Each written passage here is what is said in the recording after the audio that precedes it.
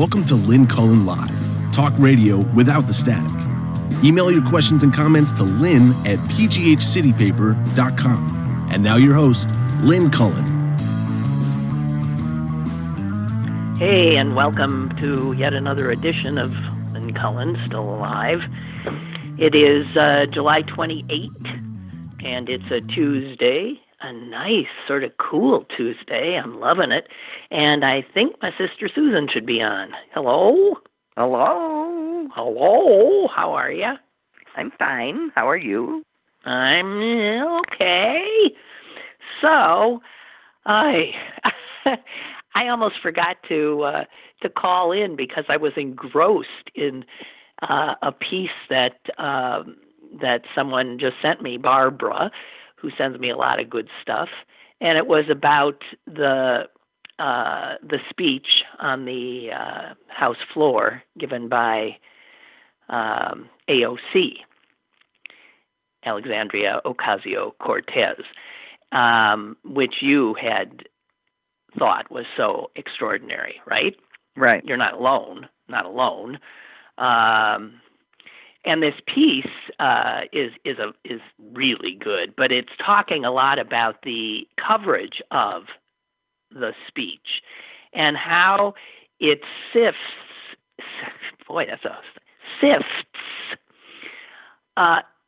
through the prism of patriarchy when you're even discussing the speech that she gave.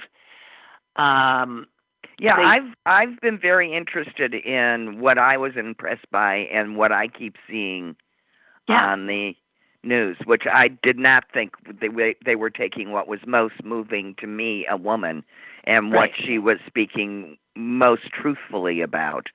No, they took the easy pieces. Yeah, go ahead. And it's not that they took the easy pieces; they took the pieces that made her out to be a disruptor. So they specifically zero in on the New York Times, who use phrases like, since she came, has upended traditions. Her speech was norm-shattering, and on and on. And they say that all these words somehow cast her as the disruptive and chaotic force unleashed in this scenario, suggesting that, they shattered norms in a way that Representative Yoho and his profane outburst apparently did not. Which is true, actually, because he's the norm. I mean, if they aren't wrong, I don't know. I don't think the New York Times is wrong. That was norm-shattering. No, you should read this. I'll read the piece. whole thing. Okay. And they go on to say this. The coverage offered the faint impression that the only person who actually said the actual words "fucking bitch" was AOC herself and not the man who aimed them at her. What's more, the paper described her as punching each syllable in the vulgarity, reinforcing her utterance as somehow pugilistic when she was only saying what he had said. I heard her. Do you think she punched every syllable in the vulgarity? She said he called me a fucking bitch. I'll tell you what she did. She knew damn well that her words were going to be publicized and bleeped. And she wanted to make sure that anybody watching the tape could see that what she was saying was fucking bitch. That's what she did. And it worked, because they can bleep that all you want, and you can just read her mouth saying fucking bitch. So they do this. I don't disagree with you. This piece also says that Times reporters wrote, quote, she excels at using her detractors to amplify her own political brand. And, Well, that's just standard politics, guys. Yeah, this person goes on to say they don't write stories about men having political brands. They call her media savvy. She had sprung into action to create disruptive and viral events. And all of this is to sort of somehow make her it's always as if she is this disruptor, right? And not pesky little. A little. She's getting in. She's causing trouble. She's like a little gnat buzzing around those big, nice, powerful men. Oh God, I don't know. This piece is a little. It's too. You're now totally angry, and I haven't read it, so I'm still just fine because it's a beautiful day. And William Barr hasn't started talking yet because Nadler was in a car accident today. Yeah, a minor car accident, but it's delaying the hearing. Jesus, man. Yeah, so Barr is gonna. Oh, fuck him. Anyway. So here's what this person says. Let me try one more time. He says, we are trained to recognize the reactions of those who are not white men, people who are not white men reacting to white men as some sort of path to power. We are told that people who are not white men get to play certain kinds of cards, gender cards, race cards, to get ahead, whereas white men just get ahead. White male power is so assumed as to be wholly indistinguishable from what we simply recognize as power. Right. And with it, the whispered implication that those with authority have somehow earned that authority fairly and squarely, while those who challenge that authority and its abuses are wily manipulators, are building their brands, are, creating this kind of, all this kind of stuff. And that's it. When in fact what she was doing was part of her job, the part that is about representing people and their experiences and communicating effectively on behalf of women in this case. Meanwhile, patriarchal power remains so, and if the abuse that patriarchal power invariably unleashes is so expected that it is not notable as a violation of civility or of norms, or it's not disruptive, it's not chaotic, it is what is. So men behaving in any way, gifted politicians like AOC, none of this gets mentioned. That what it is the fact that she is not supposed to have this power that they have, that the coverage gets weird whenever she says something. Because if this were a guy, none of this the coverage would be totally different. Yeah. I mean, of course. Yeah, it's really sort of the same thing as trying to get anybody, trying to get the white people to understand systemic racism. Yeah, systemic racism. Exactly, it's the same thing. Right, it's exactly the same thing. I was trying to explain this to Mother last night, that when it finally dawned on me, the extent of what you were just talking about goes, I became such an angry feminist almost overnight. Mm-hmm. Because I suddenly saw how the very fabric of my life had been knitted in such a way to control me. Mm-hmm. And that was nothing compared to where I started when I was being controlled. as in relation to people of color in this country. And that's when I suddenly understood it, because I was so screaming mad about being stitched into my sweater. Mm-hmm. Yep. So it must be very hard for white men to get this, because it's not their experience. And if they don't have the capacity for empathy, they're not going to get the racist part. They're not going to get the misogynistic part. Yeah, I was listening. Because it's just alien. Yeah. I was, in my return to the house yesterday, I was listening to something on NPR, and it was a story about a group that has sprung up called Rednecks for Black Lives. And its founding member is a young Appalachian daughter of a coal miner woman. And she's joined forces with so it's a redneck, in this case, is a woman.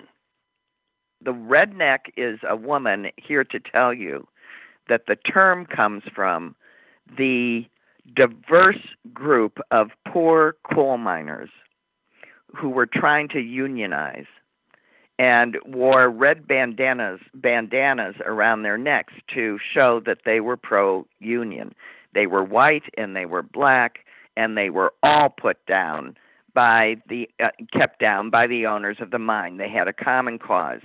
She said the term has gone on to mean something else. I want it to mean what it used to mean, and remind people that it was those people that taught white people to hate black people, so that our combined strength was diluted. That's right. We have to blame each other for our problems that are caused by that white guy that owns us all. That's right. The white male elite has always been threatened if the working class folks that they exploit, black and white, see that they have common cause and act together.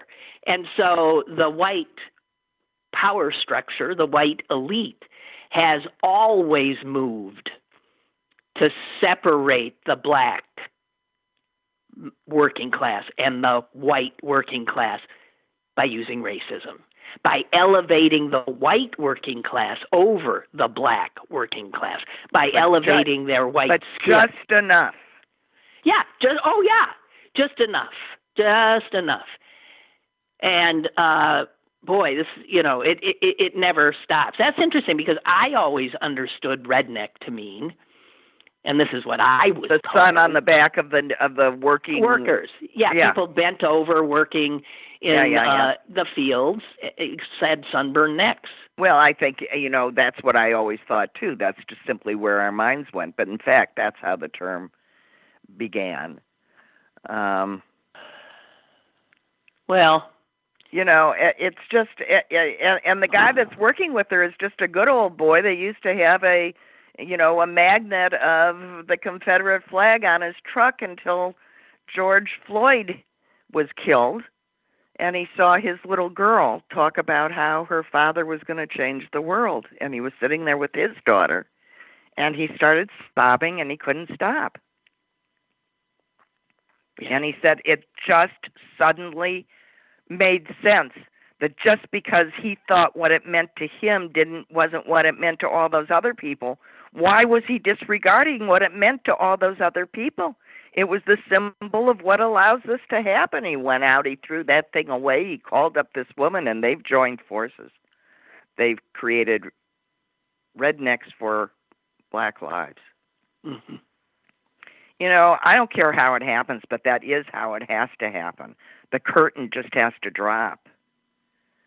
And it's why, when they say woke, they mean woke, and I don't mean to be stupid about it, but you do have to allow yourself to see. And it's very difficult, because that means you have to change. And if you're comfortable, why would you want that? Hi, Sharon. Jesus, what was that? What was that? I don't know. Is there a robot in your room?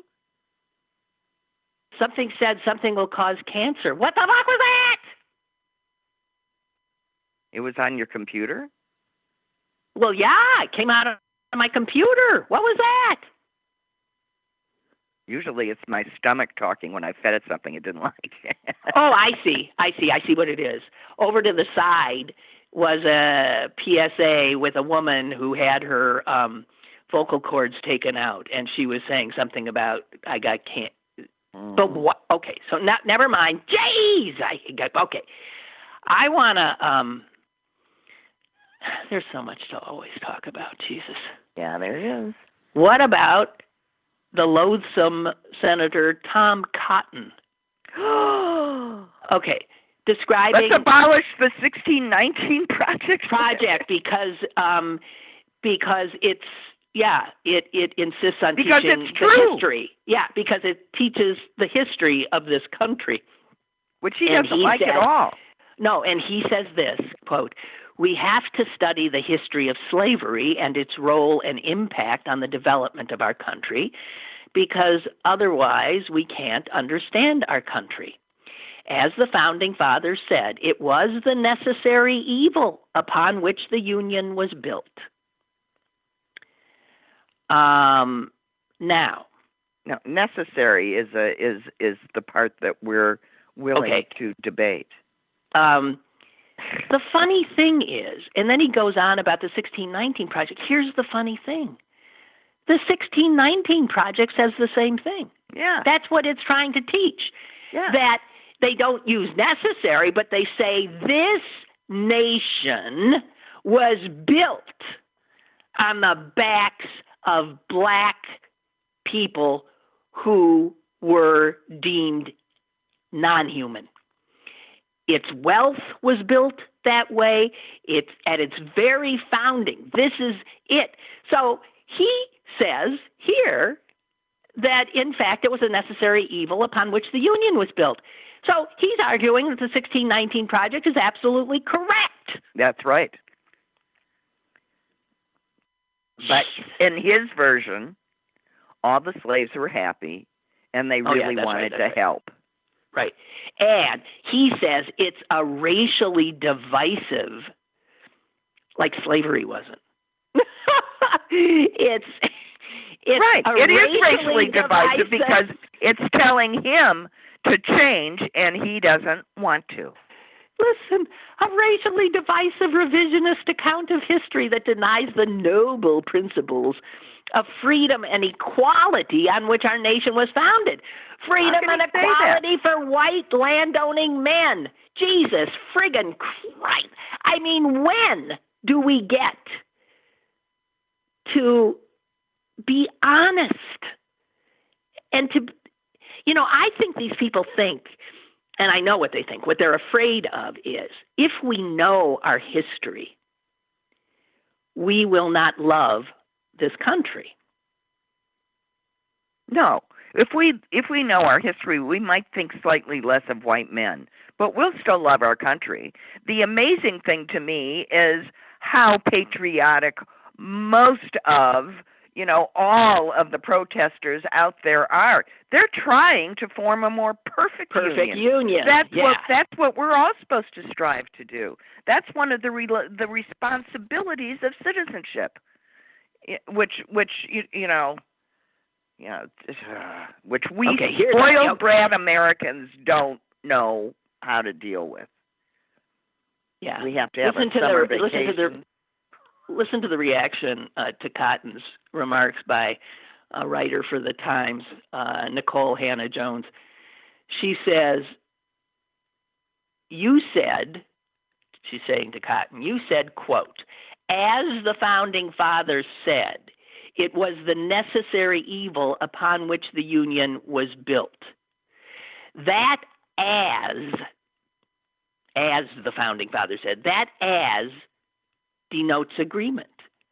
Further, if by path to extinction you mean growing the enslaved population from 500,000 to 4 million at the Civil War, a war fought over slavery, then okay. I just, oh my God, this guy is, and he talk about building a brand and talk about ambition, huh? This is the guy who wants to be the president. And he figures he's going to be the one who's going to be able to somehow reframe the Republican Party and rise to lead it. Anybody who knows him says that's what he's planning. Extremely ambitious. But you don't hear that when they're talking about Tom Cotton.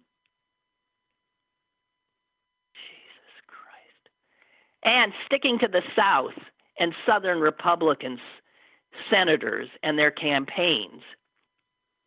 Dear Lord in heaven, did you see the David Perdue? All these Perdues, are they all from the chicken family? Yeah, of course. Oh.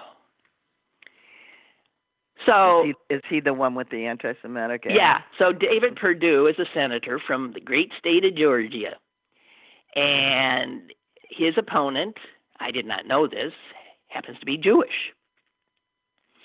And Perdue's campaign put out an ad that was on Facebook in which a picture of Ossoff, that's the guy who's running against him, Ossoff, and a picture of Charles Schumer, the Senate Minority Leader, also a Jew. And it says Democrats are trying to buy Georgia. 2 Jews coming down to buy Georgia. And that wasn't enough. So the image of Ossoff running against Perdue was altered. And his nose was made ridiculous looking. It was made bigger. And you know what's hookier. funny? It wasn't even, it's bigger, but it's not what I would look at as a Jewish nose at all. Nose, they just not made at it all. too big. No, it's not too big. It doesn't have the shape of a Jewish nose. And then when they're called on it, this was an accident. We immediately removed. Nothing. This does not imply anything other than an inadvertent error. It is. Senator Perdue has consistently stood against anti-Semitism and all forms of hate. Uh-huh. And to which I say, it's no accident. No, of course it's no accident. It's a pattern, and to prove it, they are some Republican PAC, pro-Trump PAC, is running ads in Wisconsin showing Joe Biden with an elongated nose. I mean, it's a clearly this man. I don't know, as if to say he could be a Jew. You never know. You know, I mean, why else would they elongate his face and hook his nose? And that's what they do in this ad. The first time I saw it, I just screamed. I said, "How could they make an anti-Semitic slur out of Joe Biden?" But they just did it. Well, because it works. Whatever. It works. So it's a pattern. They do it on purpose. They are speaking to that element clearly. Wow. Hey, is this true? You know how crazy our world is? Well, ask me. I know everything. Oh, yeah. No, you don't. Oh, I can't believe I don't have it here. I don't believe I don't have it here. Okay, wait. I'm looking for Twitter. This has been, I've seen on Twitter a number of times. And when I first saw it, I thought, that can't be true. And I'm not finding it now. God damn it. It was somebody put this out. I think it was the Republicans. And what it said is that the Republican convention, wherever and whatever it'll be, is going to headline Ted Nugent, Scott Baio, and what are those two black women? Those two lunatic black women that even Silk and whatever they're Diamonds and Silk, I don't know what the hell their names is, that were on Fox. Okay, they say that they will be leading in to Trump. How is that possible? Well, because that's the only 4 stars they could, quote, stars that they could, that's their star power. Scott Baio? Ted Nugent? Yeah. If anyone can find that for me and tell me, because all I can say is I was not the only one who had that reaction, because I began to see other people saying, this can't be true, right? This is a joke, right? And it was never answered. And I'm throwing it out there to ask, is that true? I'm going with yes. I'm going with yes. So meanwhile, something I started to say before I was reading, my selection of articles this morning, and one that caught my attention was everybody going on their summer vacations as if nothing's happened. I saw that too, and I thought, what do you mean? Why are you going? I've been noticing this on Facebook. People are posting like up in the UP. They're at restaurants. All right. Well, we're never going to get. We're never going to. No, we're never. And then today, this picture of throngs in Jackson Hole, Montana, with this in the body of the, words to this effect in the body of the article, and people are surprised to find out that the virus even exists out here. We're doomed. We are so doomed. We're too stupid to live. That's it. We allowed too many people to get totally stupid, and they're going to kill us all.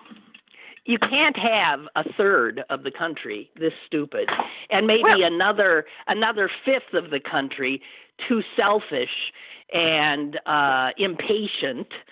Well, but they're like stamping their feet and saying, if I can't take my vacation, I'll just die. I know. I'll die. Yeah, go die. I know. I have to. We're going crazy here.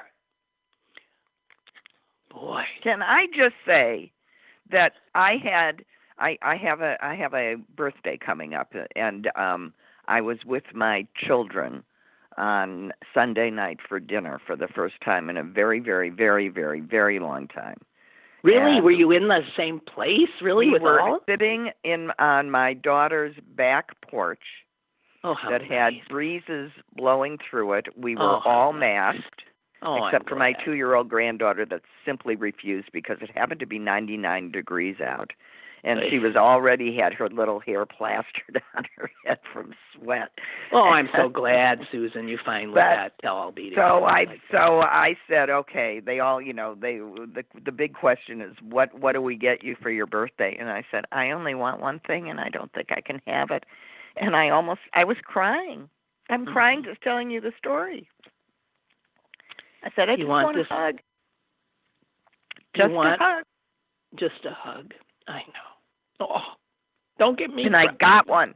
I got to get down on my knees, masked. We turned our head in opposite directions. And hugged. Such a long hug from my grandson, who said again, I don't ever, ever, ever want to let you go.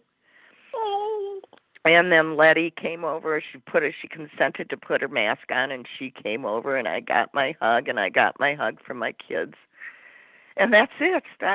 I'm just treasuring that, and I hope I remember, and I hope I live long enough to get to a day when I don't care. Yeah. But if I don't stop going on your effing vacations, I want to hug my children. I understand. I almost hugged my son the other day, and I was, and then I thought, just stop. But I thought, if we both turn our heads the other way, and, why can't we? You can. Just do it and then go wash if you have to. Oh, hold God. Your breath. Just hold your breath.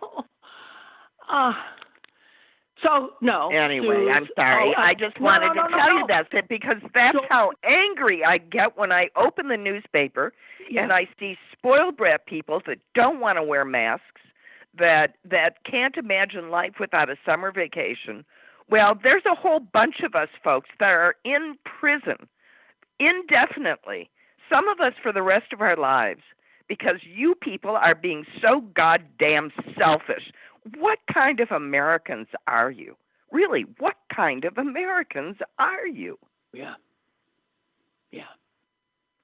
Well, okay, that's all I have to say. That's okay. That's what we've become. And I'm so glad you got those hugs, Susan. I can't tell you. How wonderful. They are feeding my soul. My soul. And by the way, I came home, and I have now been banned from the city of Chicago. I can't go there again without quarantining I can't go there for more than 24 hours without quarantining for 14 days. Because that's what I'm coming in from Wisconsin. Oh, okay. Well, I just got in touch with a friend who I haven't seen in a long time, and we have gotten together perfectly distanced in my backyard. But she had gone to Chicago to see her son and daughter, and had also stopped on the way. She drove and also had stopped on the way to see a sister in Indiana and a very sick uncle somewhere. So she had really gone off, and I thought, gosh. And I texted her yesterday and said, I really miss you. I'd love to see you. She said, well, I've been back almost 2 weeks, and I'm quarantining. So, she's doing the right thing.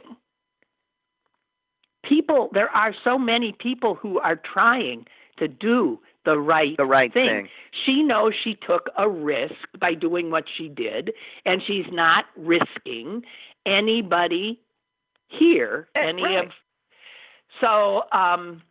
Right. I mean, there's a mother and I have a mutual friend here that went to her sister's, very small outdoor, socially distanced wedding. And I got a text from her yesterday. My quarantine is over. Can I see you guys on Tuesday? She did the same thing. She just quarantined herself, even though they did everything right. Okay. Hey, thank you, Kurt, for this. The Trump campaign announcement that its all-star lineup of speakers for their scaled-down convention, Ted Nugent, Scott Baio, Diamond and Silk, will appear in Zoom boxes before Trump's acceptance speech, was meant to be sarcastic, satirical. Oh, okay, not true. Joke. Well, thank God, because, that's what I figured, but then this is how crazy the world is. That's why I thought, oh, no, that could be absolutely true. Yeah, I know, exactly. That's what you think. Okay. What else do I have here? Oh, there was this interesting piece about, creeping fascism in the country, and how we are actually pretty damn lucky right now, because the guy who could be the American Hitler, the guy who's currently in the White House, we are lucky that he is too lazy and too incapable of focus to pull it off. That is absolutely true. He has all the signs of being an, authoritarian or a fascist, but he's too lazy to really use it and seize control. He has no understanding of it. He has no message. His only message is about him. So everybody else was at least smart enough to pretend to have a message, that allowed them just to have power to wield, but they at least pretended there was a message.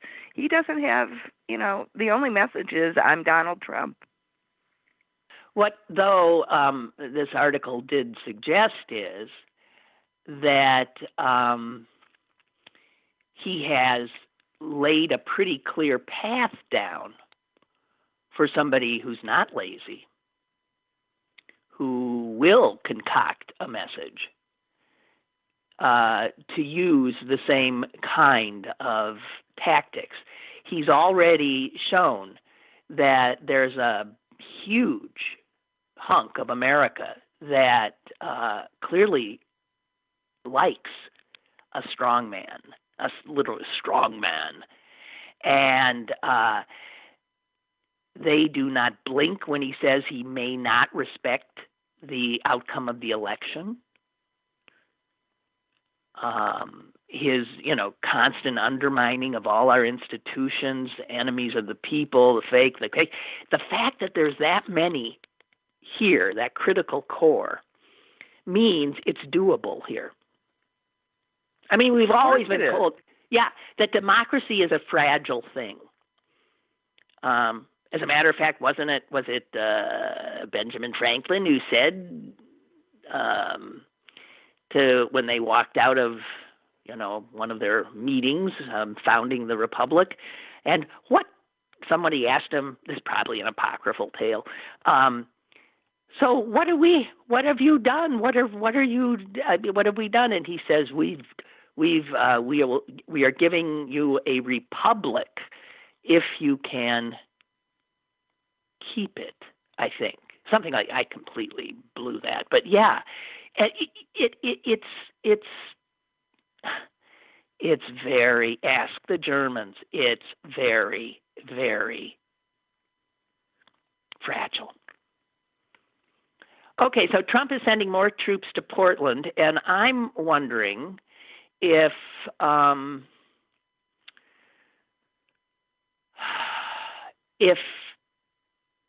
how our side wisely deals with this. Are they playing into his hands by coming out more and more? I'll tell you, the people who are playing into his hands are the people that are, doing some violence, that are, right. And there's such a minority. Is there a way to get those people under control? Because if it's just the moms and all these other groups that are there, they're coming out, regular, ordinary Americans, you can't make the case for them being. Well, they're trying. What I thought was amusing is that when the dads came out with the leaf blowers to blow, I love that. Yeah, that then the Department of Homeland Services says they stole the tactic. Duh. Yeah, they got the leaf blowers. So now it's dueling leaf blowers. Right. I mean, if you want a sign of just total nonsense, but somebody pointed out that those people, they don't even have uniforms. They're not wearing the same kind of shoes. They're not wearing the same headgear. And they're funny ages, and it looks like they're just more Blackwood mercenary types that have been hired for this purpose. Could be. Yep. Could be.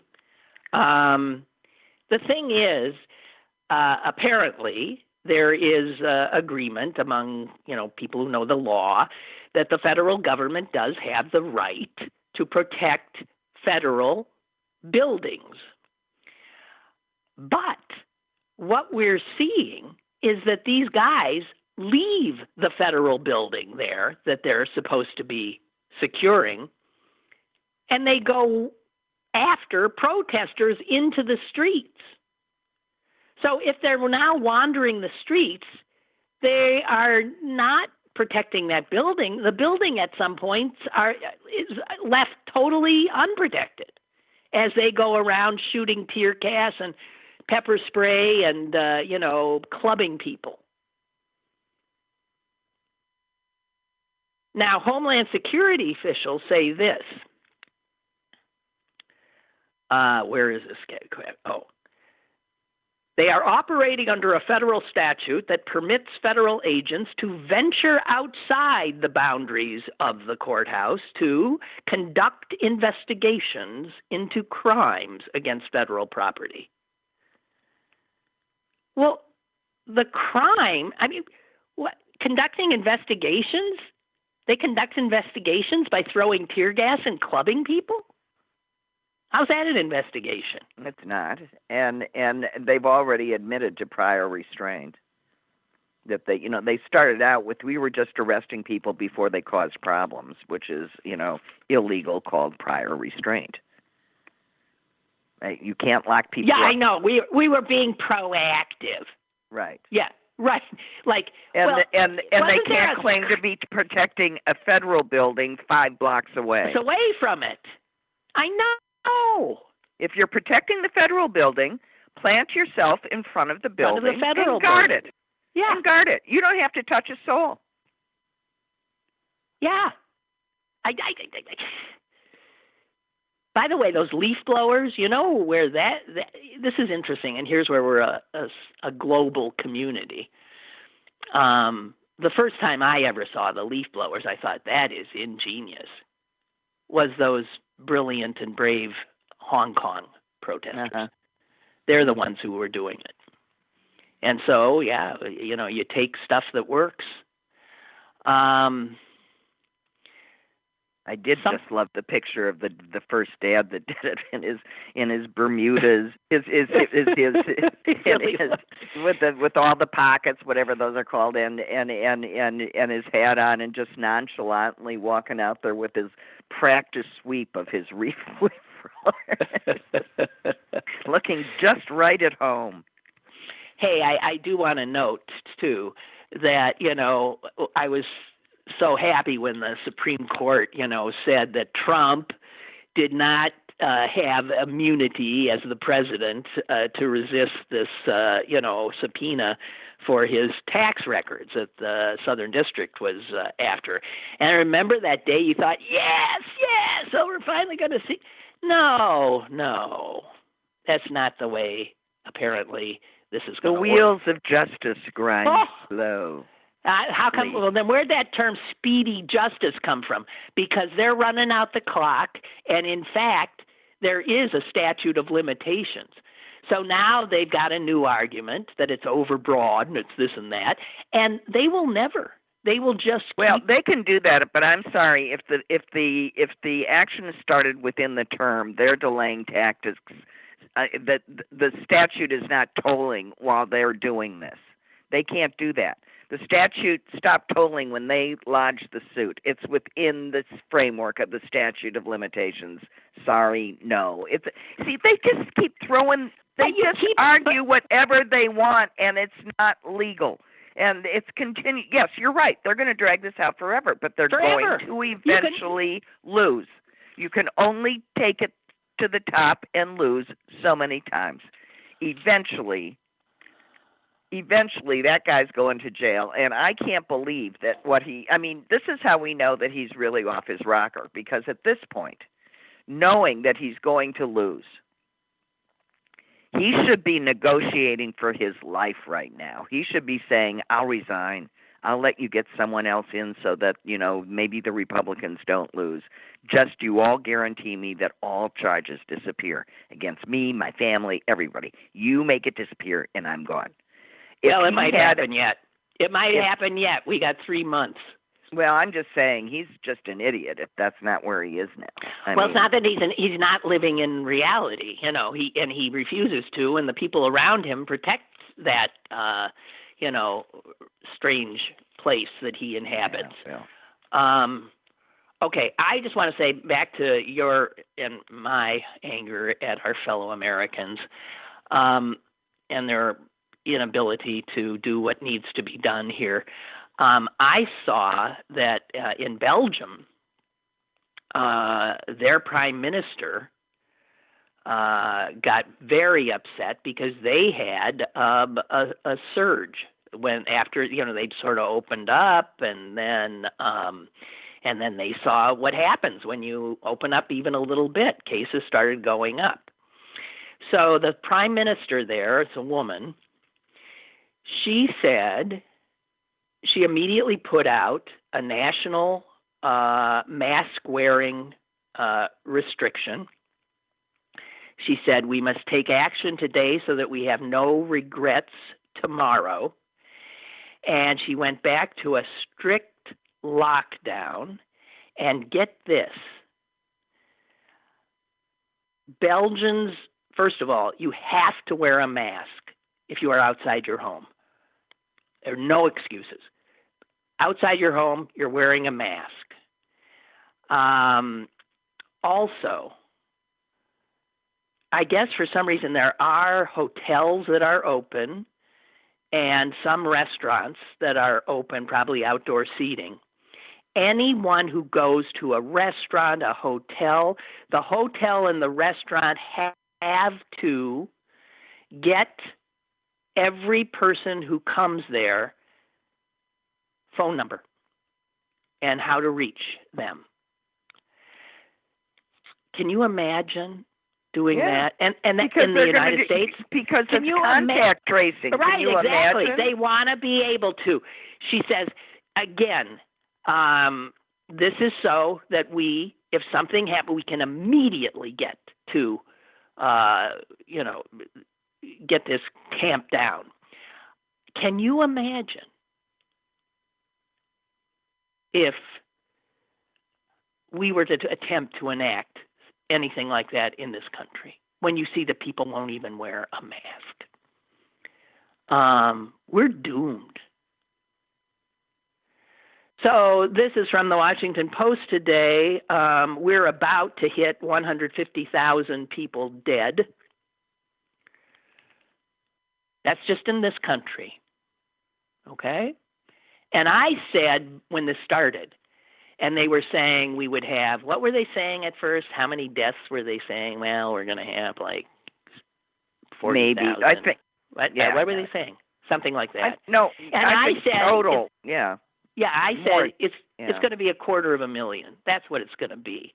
And now I think I undershot it. I know I did. Okay, so 150,000 people. Just so we get this clear, South Korea, 299. Yeah. Germany, 9,125. Now, okay, let's go per million population so we get this, even. Right. Per million population, the United States has lost 424 people per million.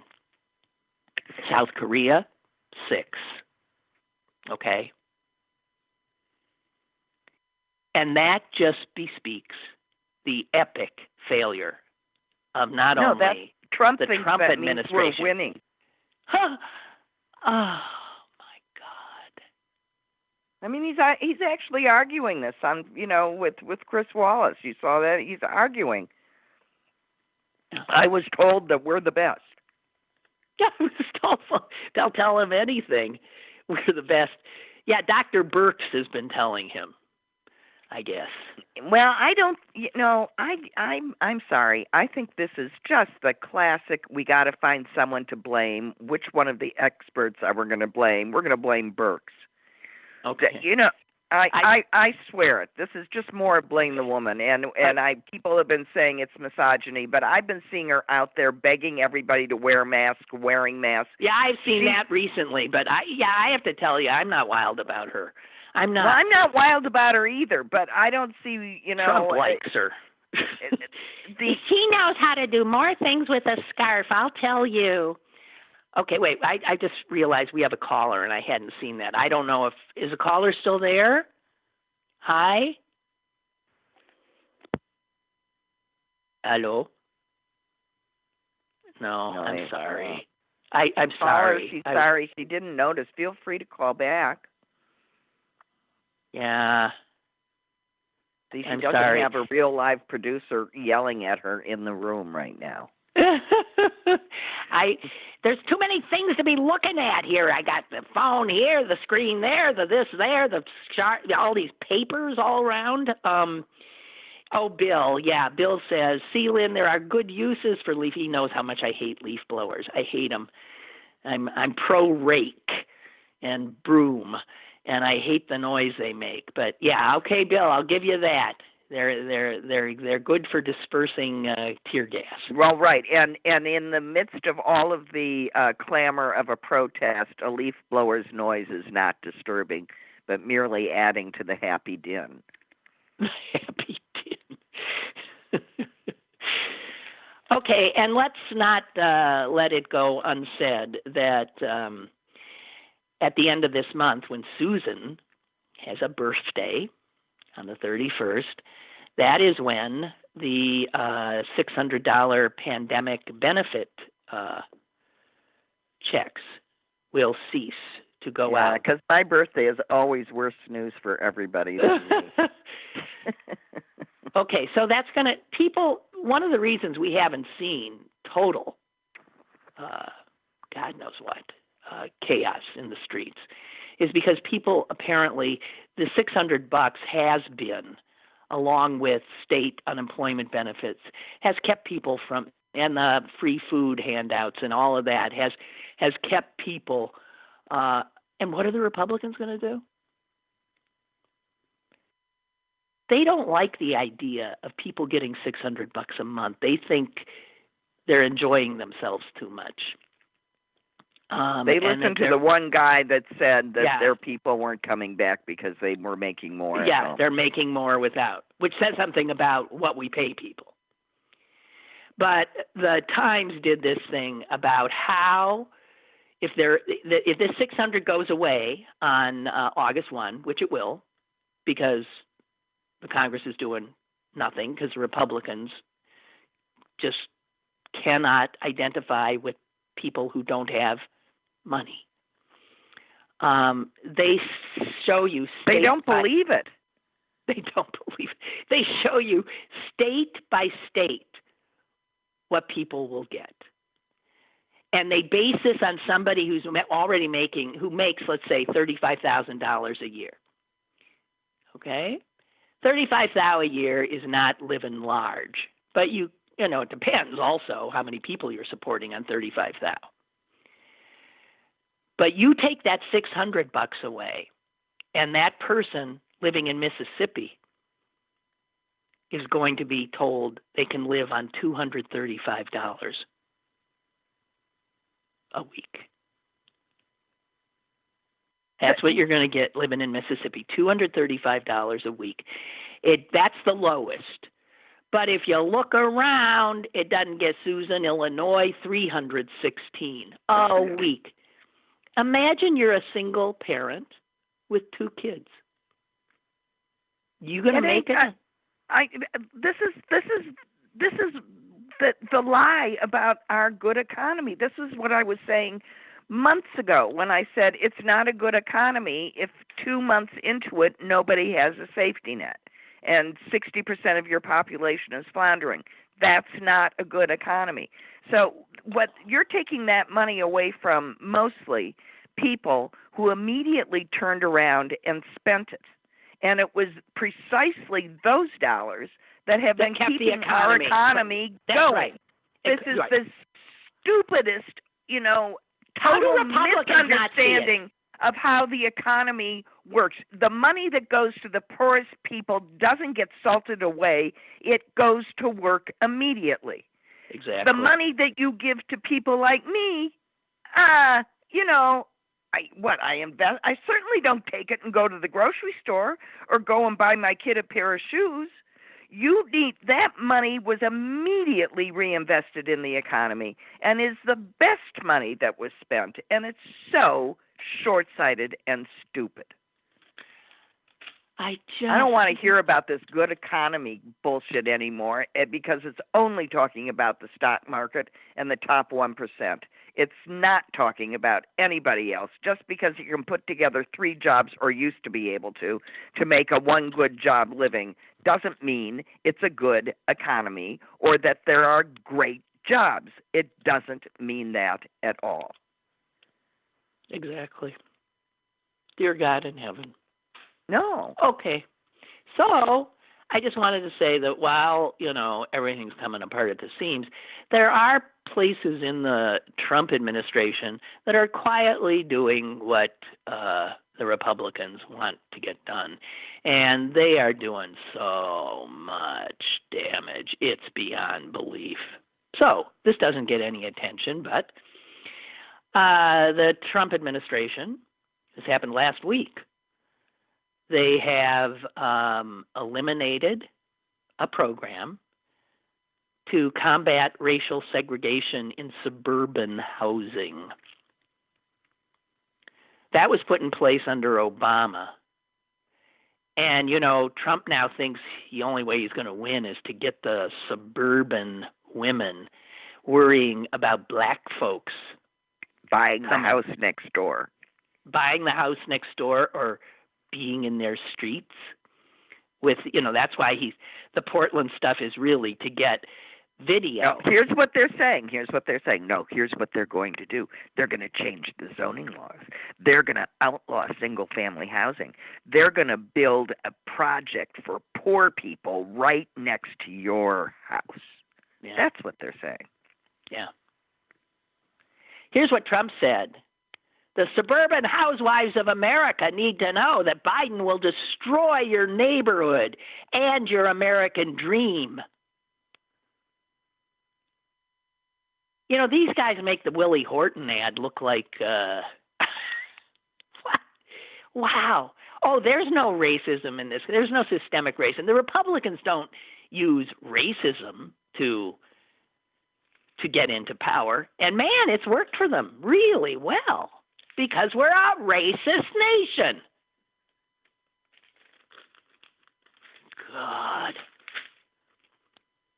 All right. Suze. Yeah. I'm sorry. I know. It's enough for a girl to go and get plastic surgery because maybe she'll die on the table. God. It's really, it's the here's world. Somebody. Yeah, it's Go something. ahead. Yeah, well, here's a tweet I saw that I really appreciated because there's so much that the media is just not doing right now, is not stepping up. A lot of media is, but what we call the mainstream, the cable guys and the New York effing Times, by the way, is often falling down on the job. The Times especially with this, he said, she said, and not, Right. So here's somebody on Twitter, and this is so true. And I mean, I went to journalism school, so I know you're supposed to present all sides, but that's not the end of the lesson. And this guy gets it. He says to a reporter, your job is not to say, person A says it's raining. Person B says it's not raining. The Times really does this all the time. They won't say another misrepresentation.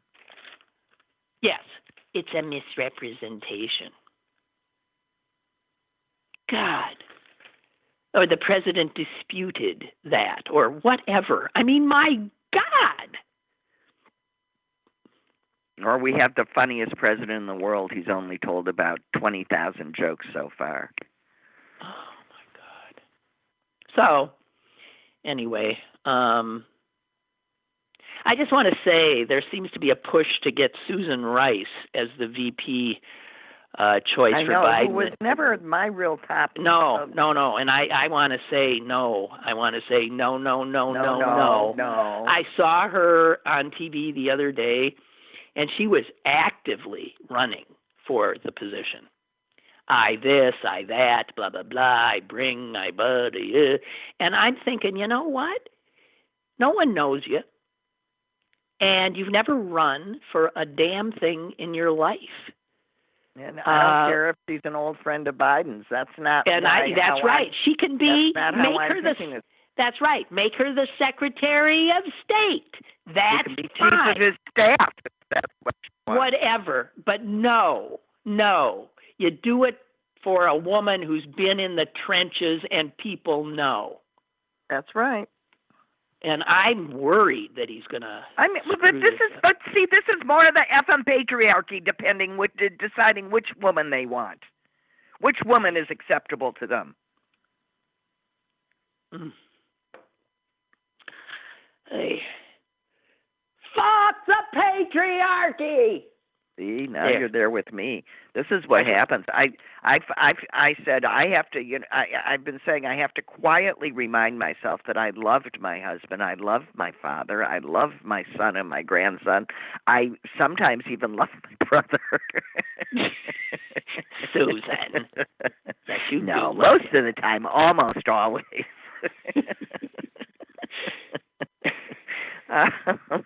Just because he makes you crazy sometimes doesn't mean you don't love him. He does tend to push my buttons. Yeah, well, that's what he does. That's what he does. Bless his soul, as they say. Bless his heart, as they say in the South. As they say in the South. Bless his heart. Well, but I do. I have to remind myself that I have all these wonderful, brilliant thinking, completely wonderful men in my life. No asterisks here. No asterisks. That was a joke. Because, as I have said often, if I look at what's happened to me in my life, if I've looked at the men that have tried to hurt me in my life, by which I mean have assaulted me, have, sexual assaults, yes, and with the S on the end, and the men in suits who have tried to publicly and professionally humiliate me simply because I was a woman. Yes, absolutely. I don't fear logically and by my experience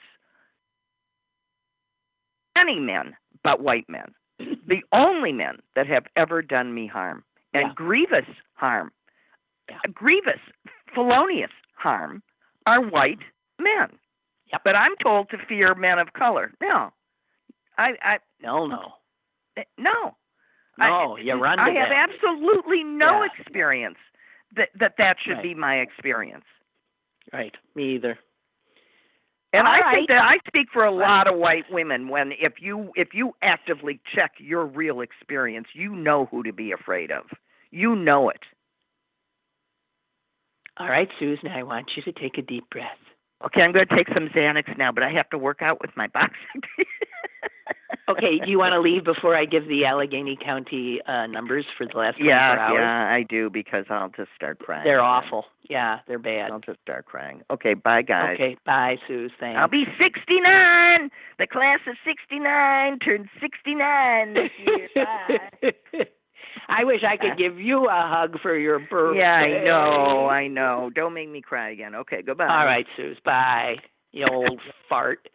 All right, guys, the Allegheny County numbers are out there. Not good. The new cases are down a bit. They're still in triple digits, but barely. 119 new cases in the last 24 hours. It's the hospitalizations and deaths that don't look good. In the last 24 hours, 7 more people have died of this in the county. And this is a big number for hospitalizations. 20 new hospitalizations in the last 24 hours.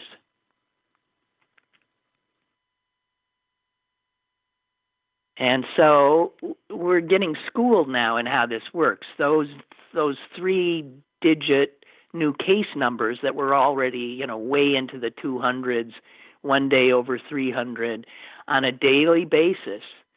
What that does, give it a week, give it 2, those people have spread it. And they've spread it to others. And they spread it to others who become very, very ill and require hospitalization, and some of them are never getting out. They're dying. So these numbers are upsetting and just lends credence to Susan's, rant. My God.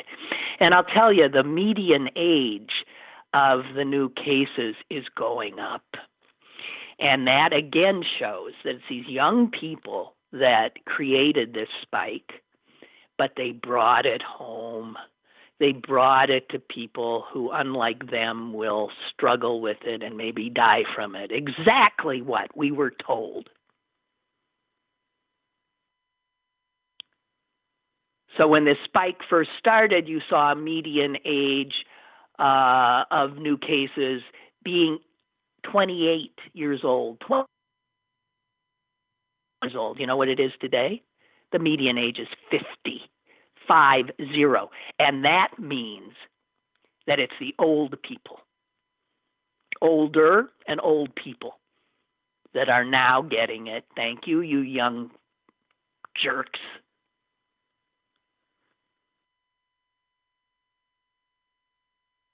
And it doesn't mean young people don't get it, for God's sakes. And it doesn't mean young people don't die from it, by the way.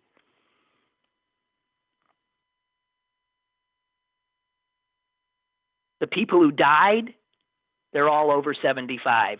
So I know for some people, oh, well, who cares? They were going to die anyway. And I know there's a ton of people who do feel that way. Never mind that some of them had another 10, 20 years ahead of them. Never mind the grief of their loved ones. Young people go out to bars. Old people get put in body bags.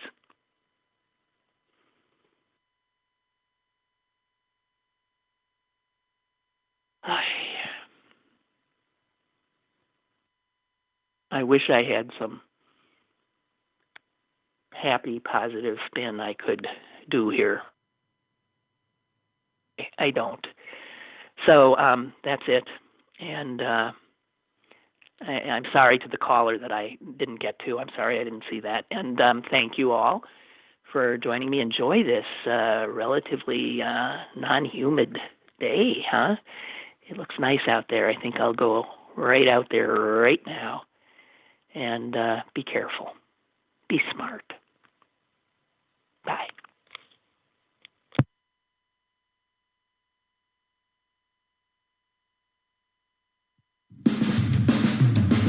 Lynn Cullen Live, Monday through Friday from 10 a.m. to 11 a.m. and archived at pghcitypaper.com. The opinions expressed on Lynn Cullen Live are those of the host and do not necessarily reflect the viewpoints of Pittsburgh City Paper or its advertisers.